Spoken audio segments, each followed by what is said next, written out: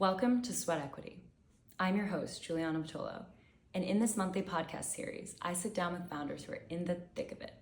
They've raised capital, they found product market fit, and fundamentally, they're pushing the boundaries of what's possible. For our pilot episode, I spoke with Matt Gialich, the founder and CEO of AstroForge, a space tech company in LA with an extremely ambitious vision to upend the traditional mining industry by supplementing Earth's resources with those in space.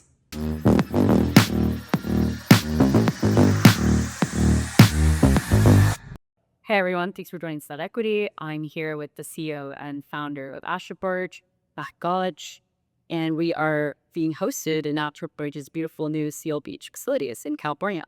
It's gorgeous. We got floating more behind. It's pretty fucking awesome. Yeah, It's like running out a custom podcast. Yeah. Goes cool. not too much. Sorry. So I wanted to kick it off. I know that most of the audience is not familiar with AstroForge, but would love to know brief overview in your words of what the company is, what the mission is, what you guys are doing, and then why you decided to found AstroForge. Oh, wow, that's a long story. But I guess brief overview of the company, right? We want to secure critical minerals for future generations. Like there's a big problem on Earth with mining. We're running out of resources. And at the root, we want to solve that. Now, we think the way to solve that a little differently than other people do want to go mine asteroids, right? And so our mission is to go to deep space, land on these kind of small little asteroids. They're in a orbit very similar to Earth, mine them for the precious metals, and then bring it back to Earth and stealth it. That's the root of what we're doing as a company. The way you found a company like this is you do a lot of ayahuasca. It's never a linear path to form a company. I get asked this all the time, and it's not like I rolled up one day and I was like, oh yeah, I'm going to go start an asteroid mining. But actually, not how this worked at all. In fact, I started a submarine company, which I don't think a lot of people realize. And the reason we're in Seal Beach, California has nothing to do with anything other than there's an ocean right here. And when we had a submarine company, we needed to move to a place where we could have access to the ocean to run our submarines.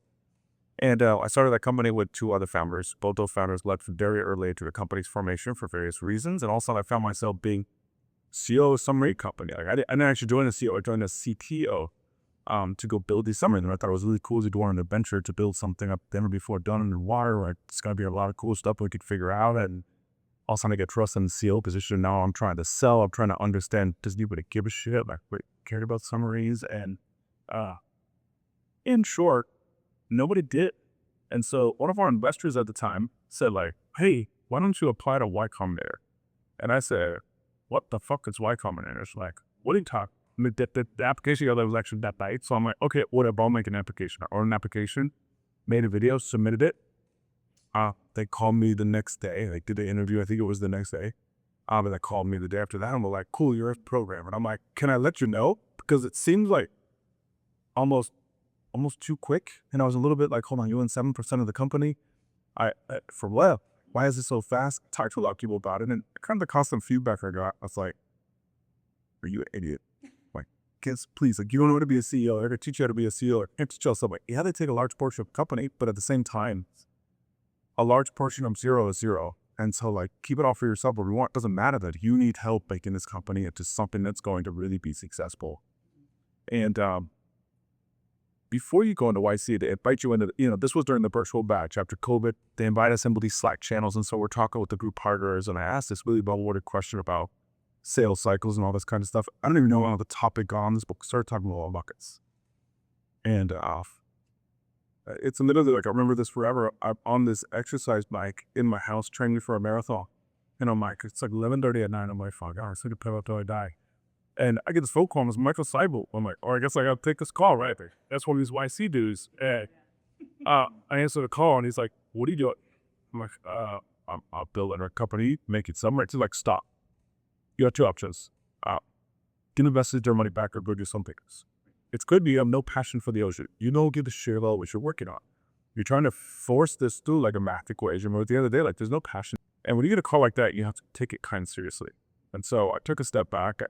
I spent 2 days kind of like soul searching to like, I'm just like wandering my neighborhood being like, what the fuck am I doing? And thought about all these ideas.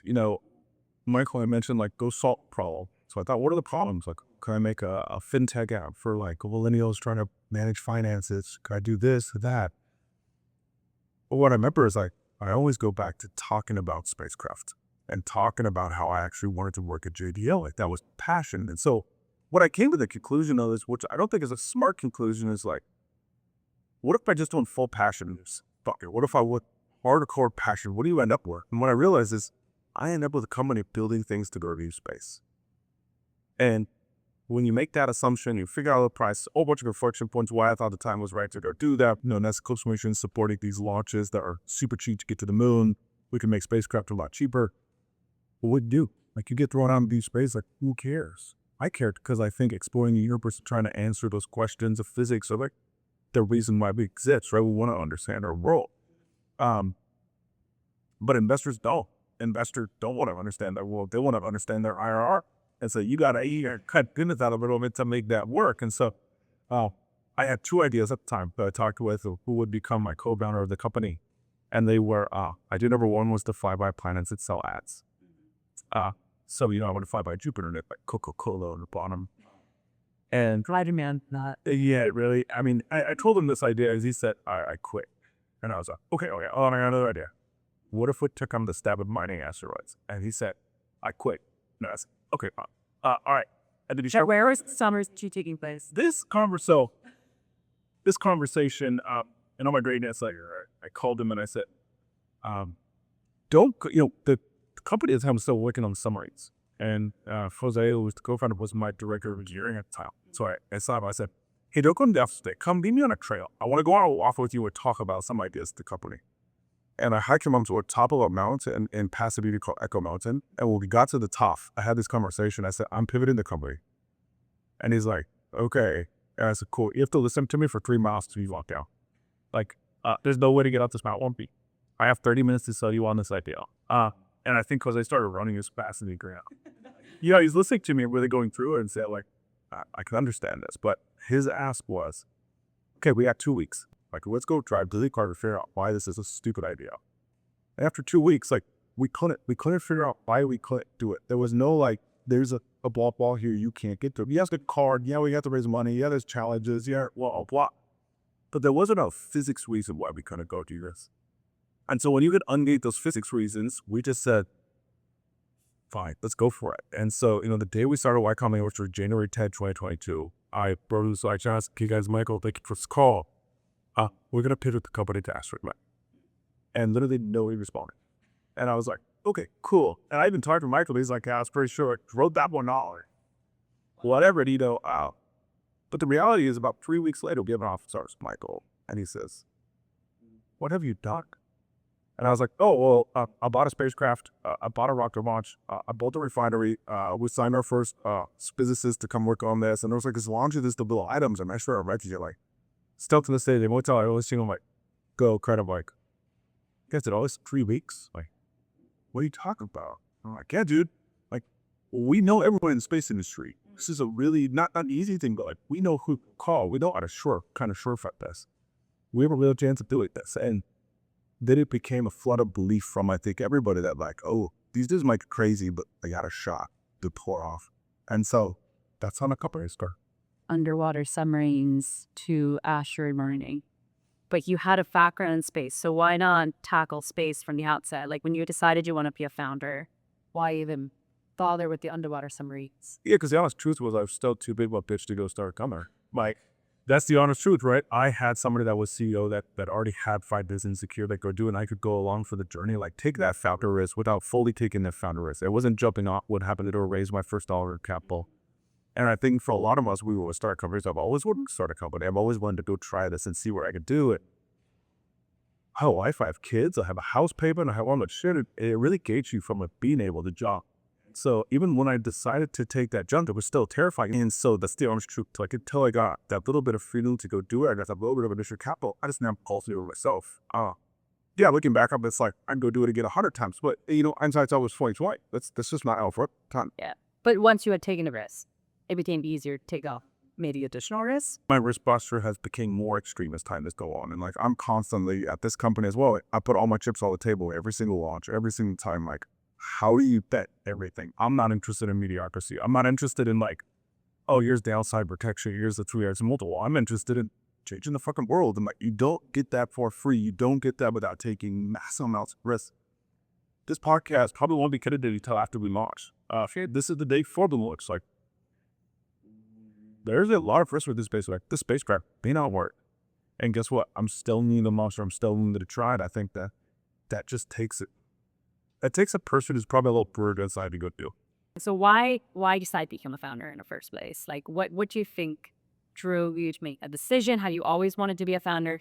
Breaking this down, you picked to take a huge risk. You decided to leave a comfier, more stable job, start a new company, and you picked a problem area that's so difficult. So like almost adding additional risk to the journey already, but pull up risks. So what was the thought process? Like, have you always wanted to do this, or was this just a whim? No, actually, getting nice down.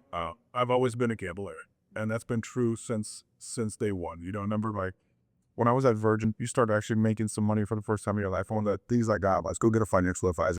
Go get a financial advisor. I remember him sit down with these. I knew you could pick the path. Could we do bonds and mutual funds? Do you do this? And I said like, where's the path where I could put all the options?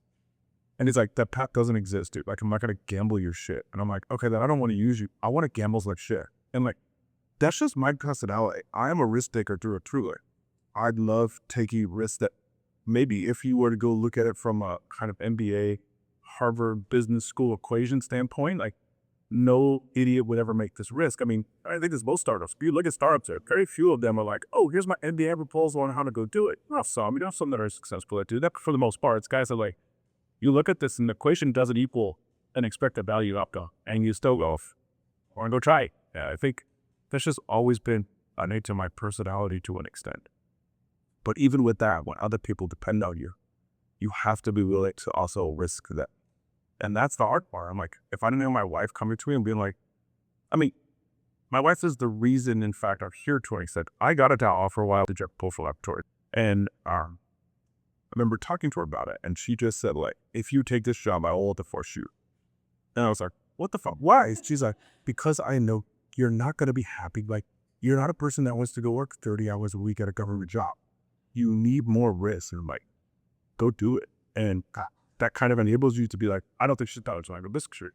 But at the same time, she's, you know, it's always important to have that kind of backstop. Somebody that says, like, I got you. If we fail with this, like, okay, cool. Go live in your mom's fair bedroom until we figure it out. And like, because I think she knows my personality too is never going to allow that to happen to an extent. But yeah, I don't have a great sense yet. And then like, you got to be willing to take massive amounts of risk and deal with all the ridicule that comes along with that and just get through it. It's not a job if you're leave minor. Like, you have to be a tough motherfucker, pull this off 100%, pull them through. But that level of support and partnership is pretty fair. You do hear all, I think, if you talk to, it doesn't matter, you listen to Bill Gates, Bezos, and they've all broken up with their wives now, so maybe I'll break up with my wife soon. And, you know, when you hear about them, it always is about having that support to an extent at home. Although I will say this, I think that if that support doesn't exist, that relationship wouldn't work out to me. Like, it's not one or the other. Like, she knows in a way she has to be supportive, and I think but that's also the type of person that I want to be with, that is supportive. But if he wasn't, I'd be like, fuck this, I'm not doing it. Yeah. You did mention one other thing that is kind of funny to me. So you said, you know, people go to Joshua Tree to come up with their ideas. That's how they get inspired. But you kind of went on a spiritual quest, hiking Echo Mountain. And that's extremely Californian to me. I think maybe the most Californian thing ever. I mean, maybe I think like when we talk about these spiritual quests or what you go do, the reality is like, it's are you willing to challenge yourself? What risk am I willing to take? And what I realized is, you know, keep in mind, I left spending 5 years at a company called Virtual Orbit to go to a scooter company. And you know how much shit I got for that with my friends? They were like, oh, hold on, dude, you're a rocket scientist, or you're going to go build scooters. Like, Yeah, I'm confused about that party background as well. what? And I mean, the little part of that background is I stopped learning at Virgin. I was at a part of Virgin, but I didn't feel like I was learning anything. I felt like I had come in every day, knew exactly what I was doing, knew exactly how to be successful, and I was bored as shit. And so I literally went home and Googled, what is the highest growing company in the world? And Bird Rides came up, and I said, I want to go find a way to get a job here. I wanted to understand how you could grow a company extremely fast if you removed all the constraints of government, right? Like Virgin would be constrained by government contracts and wanted to go after these quick rapid launch responses and having keyboard spacecraft and all this. How fast can you actually go? And that was the question I was trying to answer. To be clear, Bird is the best career decision I've ever made because it showed me that there was a different level of speed that I didn't realize. But I think you still see that in the aerospace industry today. We built this spacecraft that we're going to launch tomorrow, 10 months. I don't think anybody thinks that that is even a possible speed to go try, especially when you're going to go deep space. And like, we pulled it off. So, you have to like get out of this is the difficulty with hard tech is you have to be educated enough to understand the actual constraints that are what you have to build, but have enough experience in other areas to know how to integrate them and change the way that they're being done. And that's really what I think makes great founders for great companies. How do you move so quickly, though? I mean, even within YC, in 3 weeks, you had secured a bunch of equipment, kind of had everything ready that you needed to do. You had some interested counterparties. I mean, now you're saying you guys built the spacecraft in 10 months. What do you attribute that speed to? I think there's no secret here. It's ruthless efficiency across the board with yourself, but everything you do, with how you think about things, how you prioritize. It's just ruthless efficiency. You have to be able to execute on a very quick time scale and understand what is important, what is not. And the reality is, like, founders love to be vain. That's just how it is, right? They love to go do shit like this, go on podcasts, go on media because it boosts your ego and makes you feel good and all that. You can't do that shit. Like, you have to be dedicated to actually make a difference at changing what's going on. I think you see this all the time, especially in like small companies too. The real asset I had going into YC was I thought it was potentially a scam. Right? And so, fuck it. Yeah, because I never heard of who the fuck is this? And who's this dude program? I'm like, I don't understand this at all. Like, it just didn't make any sense to me. And what I realized is, we got into YC. Most of the other companies that were there thought the victory was getting into YC. I didn't think that at all. I actually thought, like, how am I going to use these people to get their asset, like, to get that allocation in my company? Like, they took a lot of the company that's got some value to it. I'm going to use them to accelerate that. That was my different thought process. So I think that made a big difference with what to raise because we had done all this stuff. Also, you just got to be hardcore. Like, I talked with a company last batch. They're like, oh, we're struggling with that. We've got like 2 out of 4 million raised. Like, how many VCs they talked to? Well, our list is sporting. We talked to like 60 of them. I was like, okay, cool. What the fuck are you doing? Like, my list was literally 290 companies. Well, at the seat for the demo day YC bar, and YC says you can start 4 weeks early. I started 4 weeks in 1 day, or it wasn't 1 day. I talked to, I remember this vividly, the way that we separated this out. I talked to 15 companies or 16 companies the first day. I wrote down every single question they had, and then Jose stood up all night and answered backup slides for every question. And we repeated that for 3 weeks. And when we were done with that, God, our shoes showed like we had 100 million in potential allocation for a round that we're raising at 50 million posts, which was already like a stupidly high number. And I actually remember sitting there with people being like, I'll leave if we were looking to raise $2 billion. And we have the ability to raise, you can't raise the whole company value, right? But like, this is way different than I thought. I think that comes from us just not taking it for granted. And it was a pretty impressive app for a seed stage company. I don't know what the fuck is not impressive because I don't come from this world, right? So like for me, there was no clarification of like, oh, this is overvalued, undervalued for the large, small. I got no idea. I know Inversion, like the Saudis gave us like $300 million at some point, and there was like 30 people there, so I thought it was kind of weak. It's definitely one of the most successful YC raises that was done.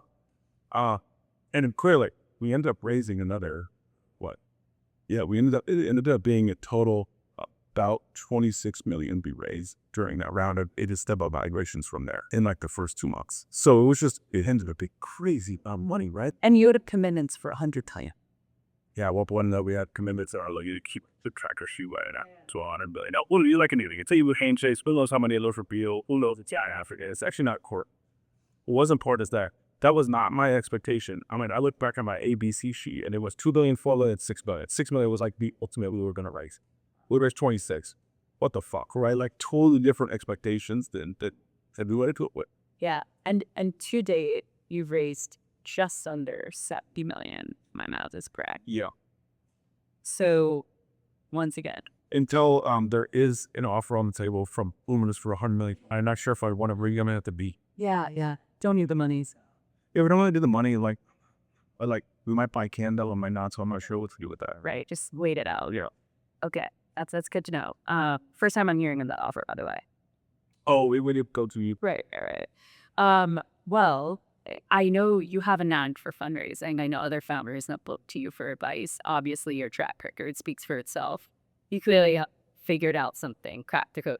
I've been lucky enough to actually see you pitch. So I think I have an inside baseball type of advantage here. But what, like, I think you have an amazing style, but kind of like, how do you approach pitching? What do you attribute the success to? Because I think you're in a unique position, right? Like, you're not raising on metrics like a traditional software company would be, right?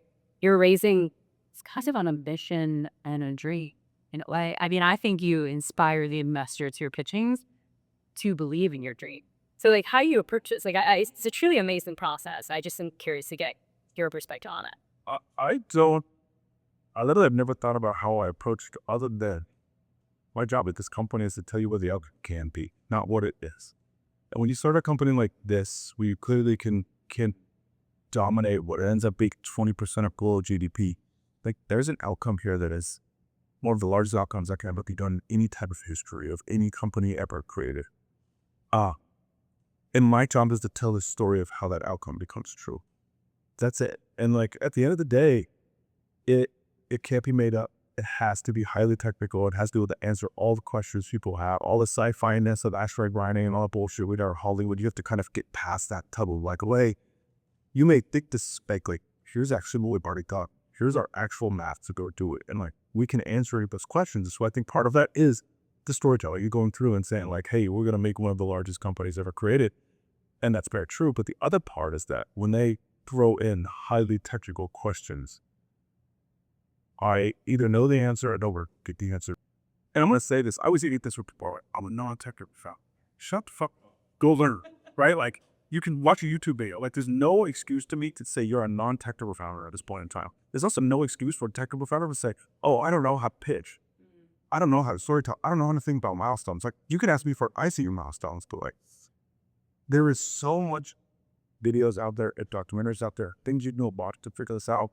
My firmest belief here is that the second that you stop learning, you might as well just fucking die. Like, what's the point, right? What's the point? And so for me, yeah, cool, we have that successful fundraiser. Like, not every fundraiser is successful. Not all of these are easy. It's a difficult company to raise money for. It requires a lot of buy-in at really high valuations or something that has a really high risk level that has a really high outcome. It takes a lot of grit to raise money for any type of hardware company, especially a deep tech, long-weighted company. I do have one more question on the origin. Would you recommend YC to, early stage founders? Depends on what you want to do. So I use YC as a leverage point. First off, I know it's behind it. Once I figured out what it is, I said like, cool. As a CEO, where I'm actually weak, this isn't a fundraising arena and understanding how to construct that's right there. YC is exceptional at that. This is a great way for me to go learn. And I looked at it, I actually call it the school of YC. That's what it was to me, right? It wasn't about like, all these guys, like I kind of find out all these guys are amazing and super smart and they built like the generational companies. I don't give a fuck what it is. I don't care, to be honest with you, like Microcyber, I don't care what companies you built. What I care about is what you would teach me. And you taught me a lot. It's some of that stuff, like I tell Abby, it's not always things you want to learn, sometimes it's things you need to learn. And so like, when it comes to Cyber, like, Cyber doesn't put up with that shit. You want to come to him and like have a shoulder to cry on? Get the fuck out of here. Like, your job to be a founder is to be a tough motherfucker and figure it out, right? And like, those kind of things are really important to drive home very early as you go. Is that toughness in nature you are, or do you think you learned it along the way at some point? I think you either learn it as a founder or you fail it. That's it. Like, I don't think there's great founders who are weak. That actually make it any right. I think it's that you have to understand what you're doing and what game you're playing and really what you're trying to achieve and just be laser focused on milestones. You have to be able to extract everything from your brain and put it somewhere else. Nobody feels bad for you. Nobody gives a shit. Bad things happen. That's all right. Put that over here. How do you logically solve that problem? How do you logically get to the answer? Every tough thing that's happened at this company, I say this all the time. I have to go into a room and I just pull empathy on it and say like, stop worrying about how other people think, what they're going to care. Even people internally, that doesn't matter. What is the best logical approach to solve the problem of funding and how do I execute on it as fast as possible? And then you can put little pieces of empathy back in and see if that changes the equation. But you have to be able to remove that. And if you can't, if you want to be a super empathetic founder, I think that's just called a VC. Shots fired. Okay. I don't know that we're all aesthetic, but I am curious. So do you feel like you've hit significant obstacles along the way and building AstroForge? Aside for raising money, building something so quickly, like, are there any points that you felt, you couldn't push through this wall, and you somehow figured out a way around it, or maybe you just iterated, figured out a solution that worked? So I can never sit there and be like, oh, there's a wall I can't get past. And it's like, cool, how do I start solving this problem? That's it, right? And yes, that happened probably twice a week. No joke. That's really how founders are. Like, there's never been a truer saying. I'm like, I can't tell when I walk in this door in the building. Sometimes I think I want to be the world's first trillionaire.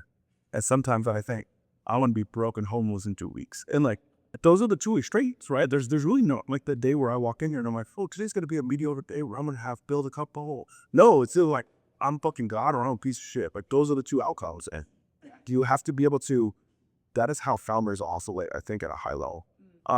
And your job is to, very much is, your job is to not let that show to the team as best possible as you can to allow them to be on a stable path. Not all people are meant to do this job.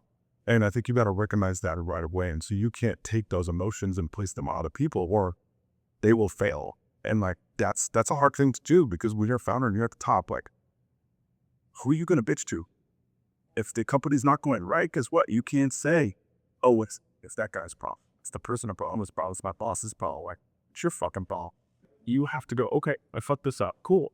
What do you want to do? Rip the Vanity off and fix it. I mean, case in point was, that's right, was the Odin spacecraft that we first decided to buy for a company called Astra. We got that spacecraft that was just clearly not going to work. And so like, cool, what am I going to do? Sit here, cry about it, and sit here to blame me for it? Like, no, that's why we only had 10 months. There was our Abdul. It wasn't like we had an unusual type milestone. We actually had a long time. But you dealt the cards you're dealt, and like, you got to play the first hand. And I did have insight into this, but just for the benefit of those listening. So when you realized you were at a point where that existing spacecraft would no longer work for you, what was the game plan? How did you strategize to fix it? Because obviously you had a limited amount of time to do so. Yeah, so there was a lot of pushback. So first off, at the leadership level, there was quite a bit of pushback against not going with that company because we were so far down the pipeline. So I knew we can't do it at time. And so I said, cool, let's put some gates. And so we made some gates. And the way I thought about it is, what are the gates that you can't go backwards through? Right? Like, well, if I fire like February, I can't undo that. So like, is there a harm for firing them right now? No, let's see what they go. Please go fix it. At the same time, if I'm late on my team, I can't. So like, there was actually this really complicated matrix of, okay, I'm going to set my team on this path. I'm going to let the other two go on this path. And I'm going to add these gates though. 24 hours to see this delivered. If they don't, I'm wasting my time there, cut that branch off. And it was like cutting the heads off a snake until we got there. But in reality, it also is a ruthless decision. It is not this thing where you could totally game plan out. Like, I made the decision within probably an hour that we were taking what we had with the company, not going to use it. And the company was going to start working on its own internal bus. And that's how we thought of it. And that's how you get to break down all those kind of things. It's like, what gates can you not go backwards through? But at the same time, like, you can't just wallow in your misery. It takes forever to make decisions. I don't know if you're at the company at the time when I walked in the team and said, like, we're done with this. We're building it in-house. Like, you guys can all sit here and complain and cry about it and do this, or you can just fucking start building it and like, don't waste my time. Start building it or leave the company. Like, yeah, I'm not interested in anything else. Those are your two options. And like, you saw a company come together and start building. And that's a really cool and inspiring thing to see. Absolutely. I mean, I completely feel that. I think it's interesting though, and sometimes when you set an ultimatum, it can backfire. But in that case, I mean, everybody stayed and continue to work on the problem. Yeah, no, nobody left. Why do you think that it's the mission? Guys, them. I honestly don't know. Again, because you're so extracted at the top. And the reality is, you don't learn to form those bonds. The company that goes with your manager, you can't have a team that really, you can have people that look up to you. And I don't mean that, but you can't have friendships at the office like you could if you're an individual contributor. You can't have that. So like, a lot of times this actually is a non-cyber feedback, but you don't know. You're going to find out like who leaves the company or if who does it, or what happens here or what does it. You just got to do this. This is why it's step shot. You got to do what you feel is right. And sometimes what you feel is right or what you feel is right is wrong. Yeah. And you've got to be able to backtrack on that super quick. Sometimes that comes at a big cost. I'm like, oh, hell, that's, again, just got to keep going forward. Part of the job. It's also isolating to be a CEO. Are there still outlets? I mean, you can't really use your board as an outlet. So. No, I just run a lot. Like, that's it. I just want to feel pain. Because it's true, right? Like, I go run a lot of miles in the morning, and, you always talk to this people, they're like, well, how are you trying to get faster? Are you trying to Like, no, I actually just want to feel pain. Like, I want to have an hour or 2 hours of my time where I'm not on my cell phone. I don't look at it.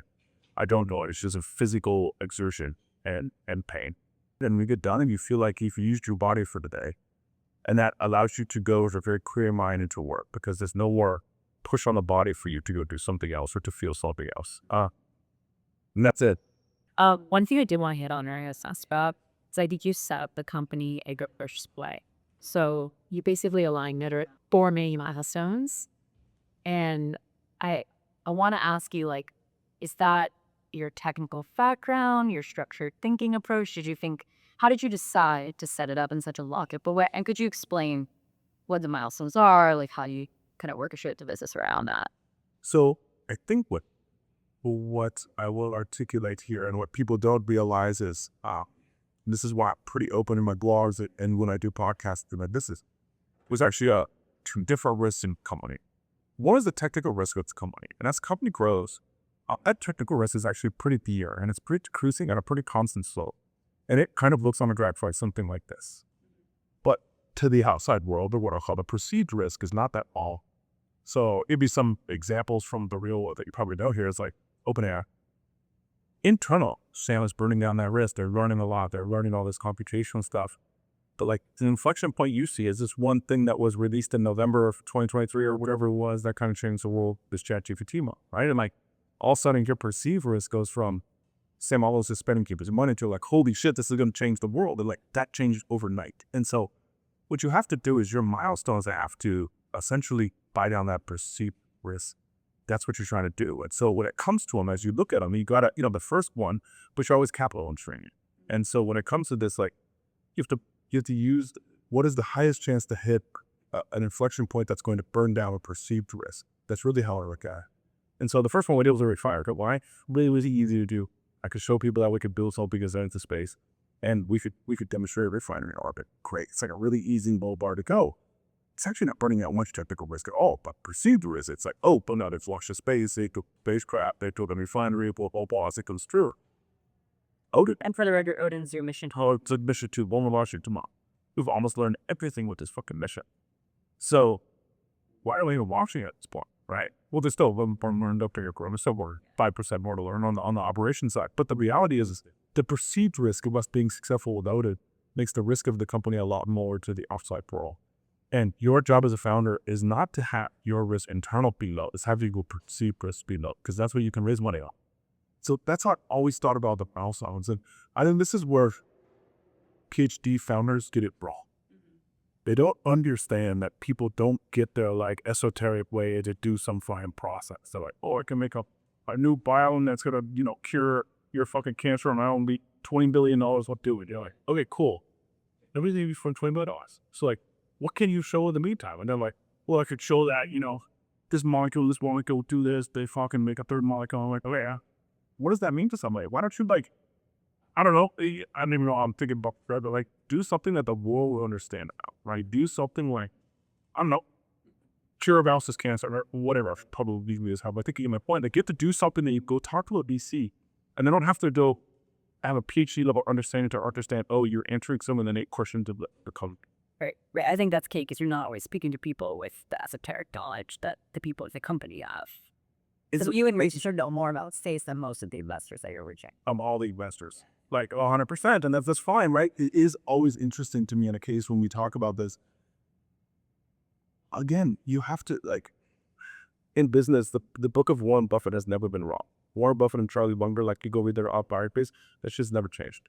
And you have to really understand incentives and what people are trying to do. And like, what's the incentive of a venture capitalist?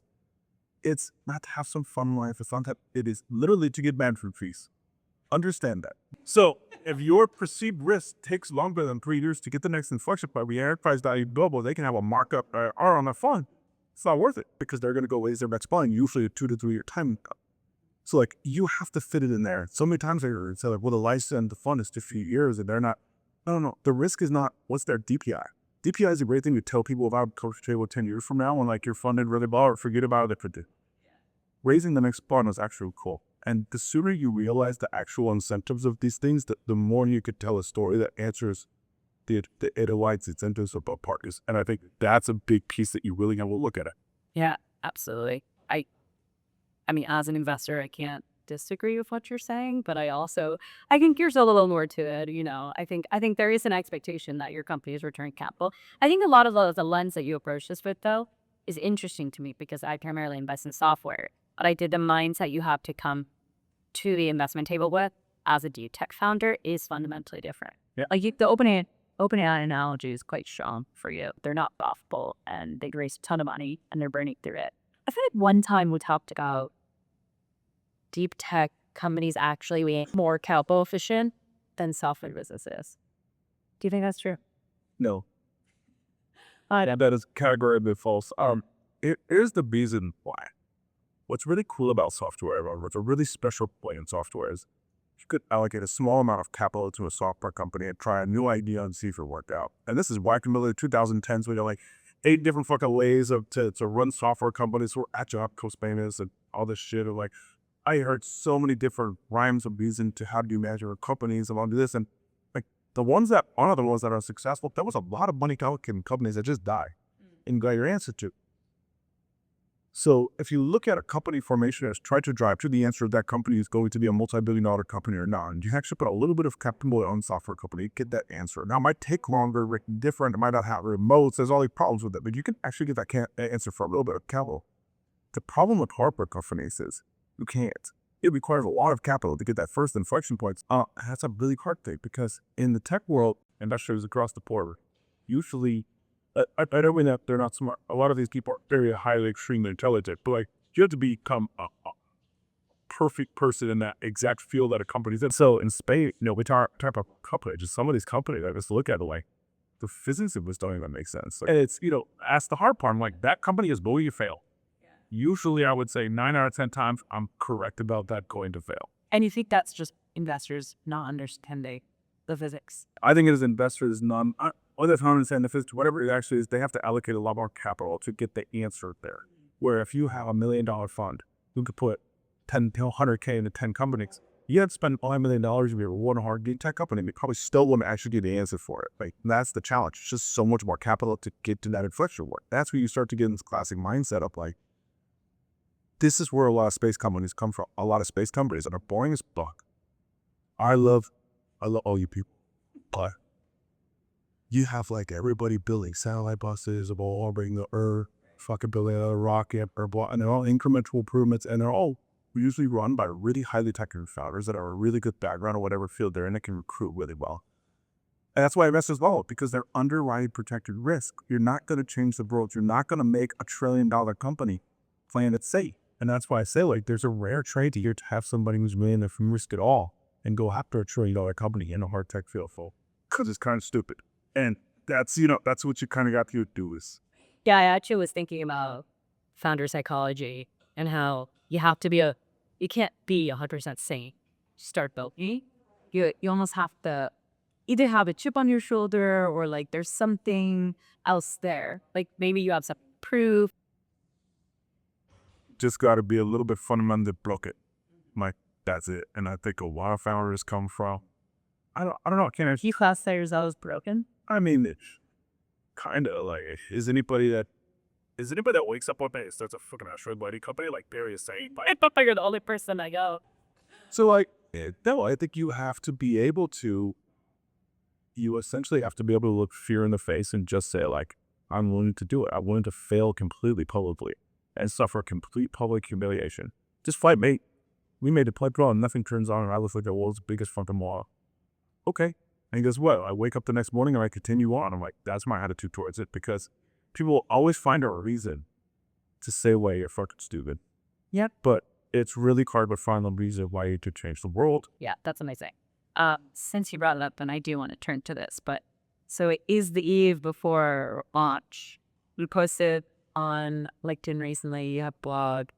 It's kind of bet the company do or die on. Oh man, this is amazing. So, I mean, how are you? This is a bet the company moment. This is an inflection point where they make it big. No, I'm on this. Am I terrified? Yeah, it's probably the bubble word to use. We all at this company spent a lot of time to try to do something here. And tomorrow we're gonna get the answer. And I really hope it's the answer we like. And maybe the answer we don't like, right? And like, that's all there is to it. So what am I gonna do?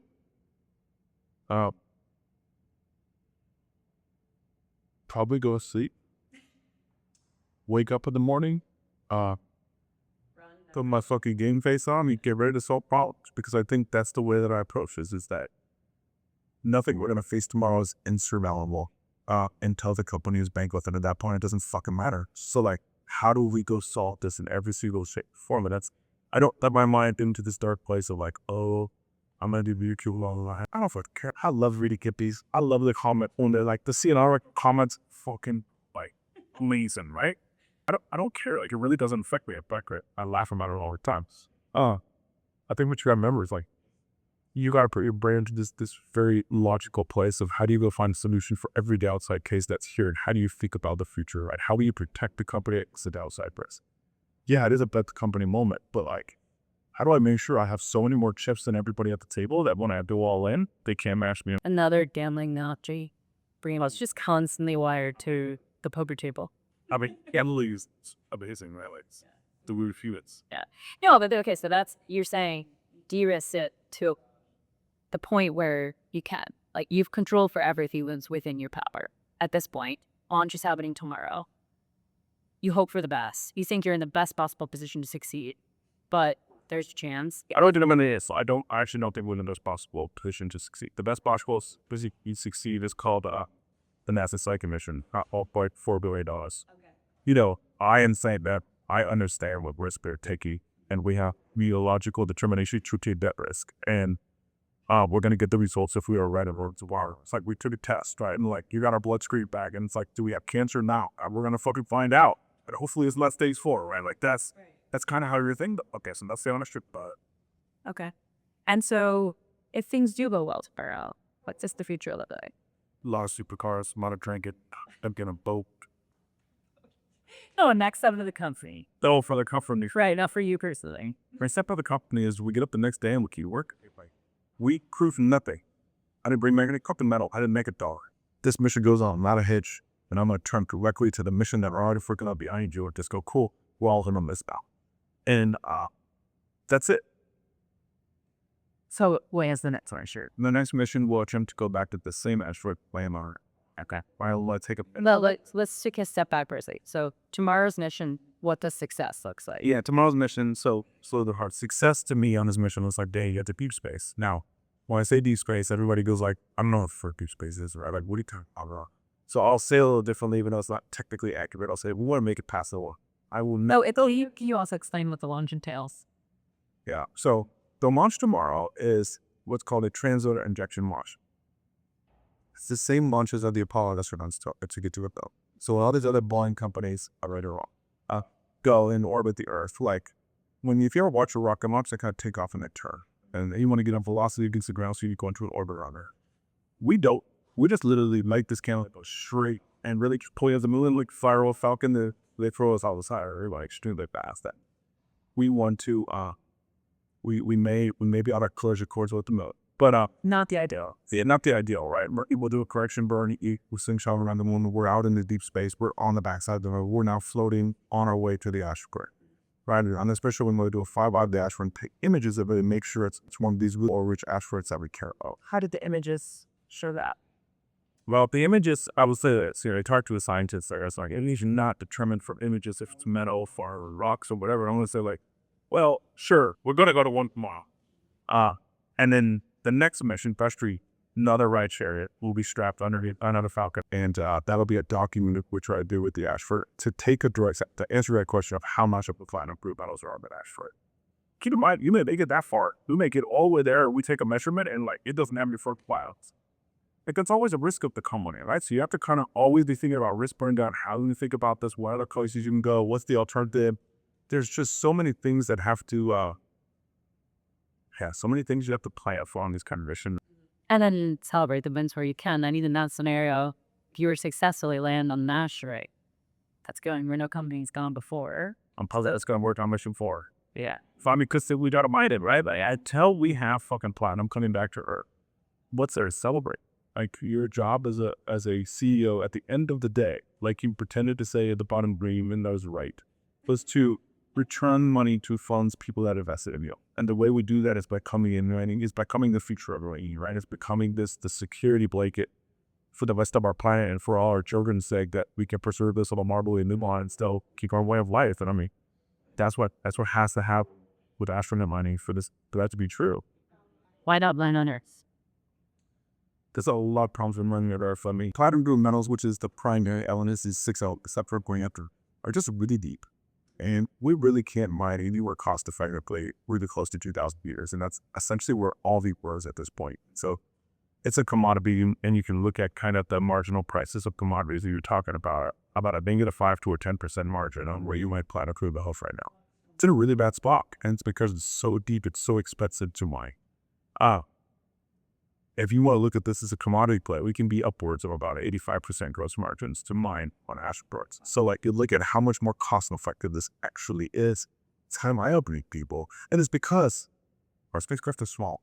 You know, I'm not going to do over fucking colony shit, but this isn't Ben Affleck doing out there with fucking Bruce Willis. Bunging, you know, it's like all of that sci-fi stuff is really told as different stories into reality. I'm dreaming about how we truly make a future that where we can survive. Yeah. I think the concept of going to outer space at this point in time is just expensive in people's minds. So I figure it must be cheaper to do things like mine terrestrial. You know, this mission will launching cost in total about $6.5 million. If it works, NASA's Psyche mission, which, by the way, when NASA launched Psyche mission, I don't think anybody's sweating at the controller. We're all in front of sweating. It's like very different risk profile. Virus you to this river costs $1.4 billion. I mean, we're literally talking about a reduction of fuel as a matter of cost. If we can make that happen, imagine how much new exploration and new things unlock at that price point. And like, this is the right time in history where there's an inflection point of cost, and that's really when true technology evolves. Yeah. And yeah, that's what SpaceX kind of triggered that trend in the first place, right? Their cost reductions were massive as well. I mean, throughout history, you can look at, so I use this analogy all the time, and I think it plays into money, but it also plays into cost reduction. I mean, Napoleon's silverware was fucking aluminum because it was like the most baller shit you could have, right? And when you look at that, and now I'm drinking this fucking can that's made of aluminum, and like, this is not all shit. But you know, that's the difference here, is that we now have this new metal, and it has enabled aircraft, it's enabled cars, it's enabled our modern way. There's actually a lot of things we could do. Green hydrogen becomes a realistic way to help. I mean, we know how to make green hydrogen fuel plant catalysts, just cost too fucking much. You know, medical devices, all your chips contain platinum in there. You know, restricted reductions on your carbon. There's a real need for this to maintain our way of life.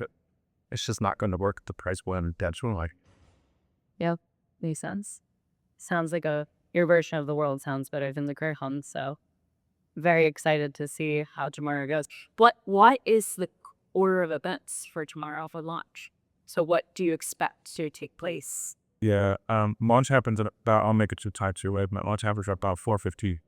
Takes about 45 minutes to be, so we'll lift off from Earth at about 4:50, about 5:05-ish, Falcon will eject us. And then we'll go through a whole bunch of maneuvers. You have to do some software updates, you got to turn our radio on. We have to do kind of all these like steps that we keep running up procedures. And I'm probably getting way too detailed of a look, and it's because I've been up there like going through all these procedures with the team and looking at that.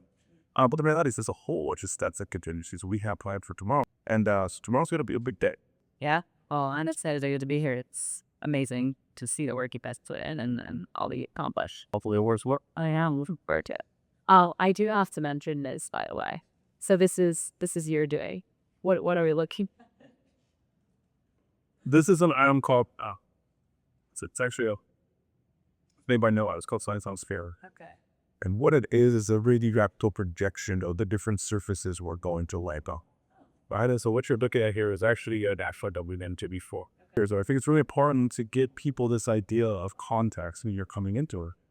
We don't pass by asteroids every day. We don't pass by landers that are going to go mine there, right? So like this full sense of scale and size to really lost in translation when trying to describe this. So I want to remind us to eat every day of exactly what we're going after, exactly what that CM looks like, and here's the mission, right? Here's the goal. Don't forget. It looks really cool. When you grew up, did you figure in my asteroids? I grew up under those spacecrafts. I mean, look, when I was growing up, I mean, I had not only science books on this that would show like different sun structures and planetary structures, but like I talked about this when my mom brought me my baby box. I was like, I can be shit. She gives to me in there, so I go for a run. I'm like, what is all this lame shit? One of the pictures in there is this. I actually remember drawing this, but I was a kid because I was one of the pictures. Like, and it's a picture of a rocket. It says, what do you want to be when you grow up? It says, I want to be the guy that fills a rocket. Like, I always wanted to build things that could go to space. The reality is a company like this is really just because no one else was dumb enough to start one, so I had to do it. The last thing is just if you had to give advice to new founders, what would you say? Don't do it. Don't do it. Don't do it. Why? Because if you need to take advice, you're going to fail. But that's the honest truth, right? Like, it has to be internal. Like, you got to be a bad motherfucker to get these jobs. Like, that's the honest truth. You have to be tough shit. And if you need my advice to get you across the line, you're just not mentally tough enough to go do this job. So if you want that advice, the honest truth is, there's a lot of great jobs you can do, making a lot of money, going to a lot of great companies. And we need a lot of people like that could go work. We like to kind of put these people up on dinosaurs that would be special. Now, but this job fucking sucks. This job is going to, you come with your friends.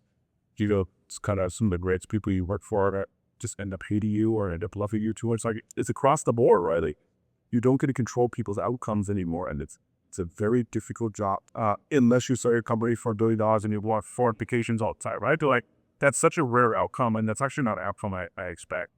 I was at the point to it. Like, what would I do? Go start another company? So it comes at this level where, like, yeah, just say to yourself the pain and stress of gray hairs and like, go work on. Do you see this very small amount of founders that have had successful access? Most of them, by the way, has not had successful companies. They timed it right to have successful access. And those are the ones that go to meet in the press. So you hear that Elon Musk and Sam Altman's the, well, people will aspire to be these or bid it out or whatever. And no aspirants were just people that kind of change. What they don't see is like, have you watched that show Silo? No. Okay, so there's a scene in Silo where they come out of Silo and there's like fucking thousands of dead bodies. That is actually the best description I've ever seen of true starting a company. One person is successful, there's 10,000 dead bodies. And like, your odds are you're going to be one of those dead bodies. And that's the reality. If you're not tough enough to be a dead, burnt up body in a post-apocalyptic world, like, don't enter the fucking side. So dramatic. But I take the analogy for what it's worth. I see your point. Is there something you would do differently? Yeah, I mean, yes, of course. I mean, plenty of mistakes throughout this company. And I analyze all of them. I should have never outsourced the original bus and stray. I should have focused more on the capital allocation towards the ground stations. Personally honest, we went through with the legal side to allow all I rather predicted to go to. I wish I wouldn't have listened to one piece of NYC advice I got. I would have hired a recruiter the first day I started the company. So like, yes, I overanalyze and go back to the company and see what are all these things I would do differently. And this is why, by the way, people love to invest in second-type dollars.